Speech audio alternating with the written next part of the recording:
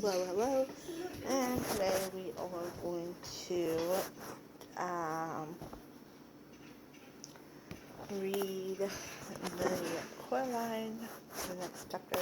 Yeah, what chapter was 7? Yeah, 7. Alright, somewhere deep inside her, Corline could feel a huge sob welling up, and then she stopped it before it came out. She took a deep breath and let go.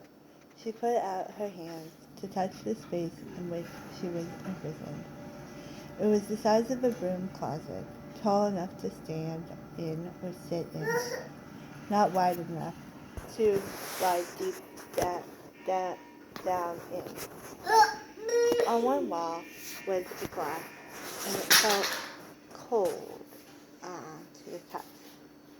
She went around the tiny room a second time, running her hand over every surface so she could reach, feeling for doorknobs or switches or concealed catches, some kind of way out, and found nothing. A spider scuttled but over the back of her hand, and she choked back a shriek. But apart from the spider, she was alone in the closet in the pitch dark. And then her hand touched something that felt for all the world like someone's cheek and lips, small and cold. And a voice whispered in her ear, "Hush, and hush. Say nothing, for the beldam might be listening." Corline said nothing. So here is a picture, because I like to show y'all pictures. Alright. She felt a cold hand touch her face, fingers running over it like a gentle beat of a moth's wing. Another voice, hesitant and so faint, Corline wondered if she were imagining it, said, Art thou alive?" "Yes," whispered Corline. "Poor child," said the first voice. "Who are you?" whispered Corline. "Names, names, names," said another voice, all far away and lost. "The names are the first things to go, after the breath has gone and the beating of the heart. We kept our memories longer than our names. I still kept pictures in my mind of my governess on some May morning, carrying my hoop and stick, and in the morning breeze behind her, and all the tulips bobbing in the breeze. But I have forgotten the name of my governess, and of the tulips too." "I don't think tulips have names," said Corline. "They're just tulips." "Perhaps," said the voice sadly. "But I have always thought that the tulips must have had names. They were red and orange and red and red and orange and yellow, like the embers in the nursery fire of a winter's evening. I remember them." The voice sounded so sad that Corline put out a hand to the place where the voice was coming from, and she found a cold hand, and she squeezed it tightly. Her eyes were beginning to get used to the darkness. Now Corline saw, or imagined she saw, 3 shapes, each as faint and pale as the moon in the daylight sky. They were the shapes of children about her own size. The cold hand squeezed her hand back. "Thank you," said the voice. "Are you a girl?" asked Corline. "Or a boy?" There was a pause.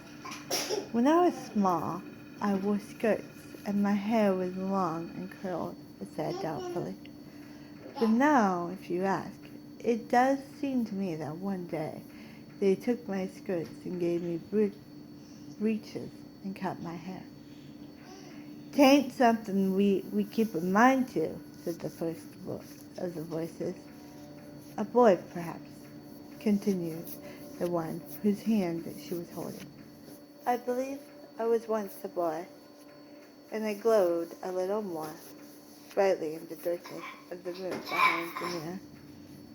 What happened to you all? Asked Corline. How did you come here?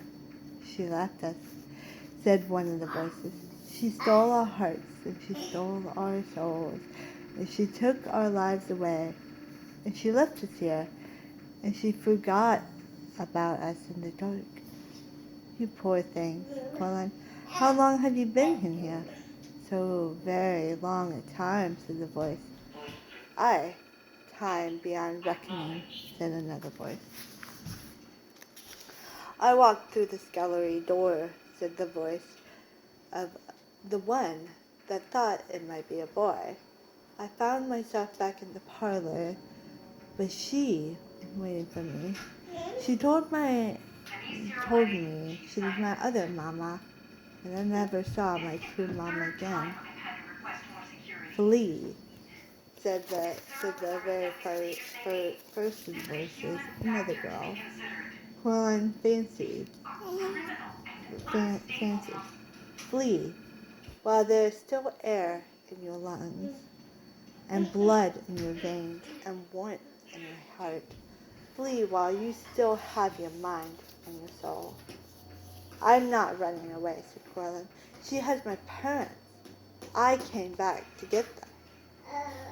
But she'll keep you while the days turn to dust and the leaves fall, and the years pass from one after the next like the tick-ticking of a clock. No, Caroline said. She won't. There was silence then in the voice behind the mirror. Peradventure, said a voice in the darkness, if you could bring your mama and your papa back from the bedlam, you could also win free our souls. That doesn't even make sense. Okay, whatever. Has she taken them? Asked Corline, shocked. Yeah. I and hidden them. That is why we could not leave here when we died. She kept us and fed on us, and now we have nothing left of ourselves, only snake skins and spider husks. Find our secret hearts, young mistress. Really weird. And what will happen if I do? Asked Corline. The voices said nothing. And what if she's going to do to me? She said. The pale fingers pulsed faintly. She could imagine that there were nothing more than after images, like the glow left by a bright light in her eyes. After lights go out, it doth not hurt, whispered one faint voice. She will take your life, and all you are, and all you care for, and she will leave you nothing but mist and fog. She'll take your joy, and one day you'll awake, and your heart and your soul will have gone. A husk you'll be, a wisp you'll be, and a thing no more than a dream on waking, or a memory of something forgotten. Whispered the third voice.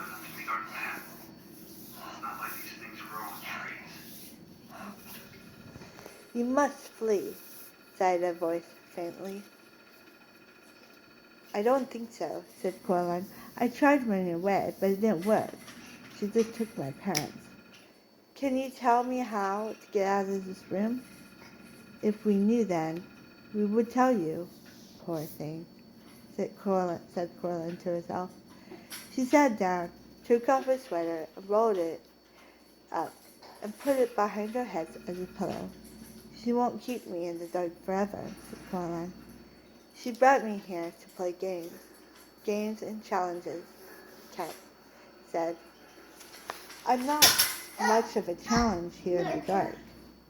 She tried to get comfortable twisting and bending herself to fit the cramped space behind the mirror. Her stomach rumbled. She ate her last apple, taking the tiniest bites, making it last as long as she could. When she had finished, she was still hungry. And an idea struck her, and she whispered, "When she comes to let me out, why don't you three come with me?" "We wish we could," they sighed to her, in their barely there voices. "But she has our hearts in her keeping. Now we belong to the dark and to the empty places. The light would shrivel and burn us and burn." "Oh," said Corline.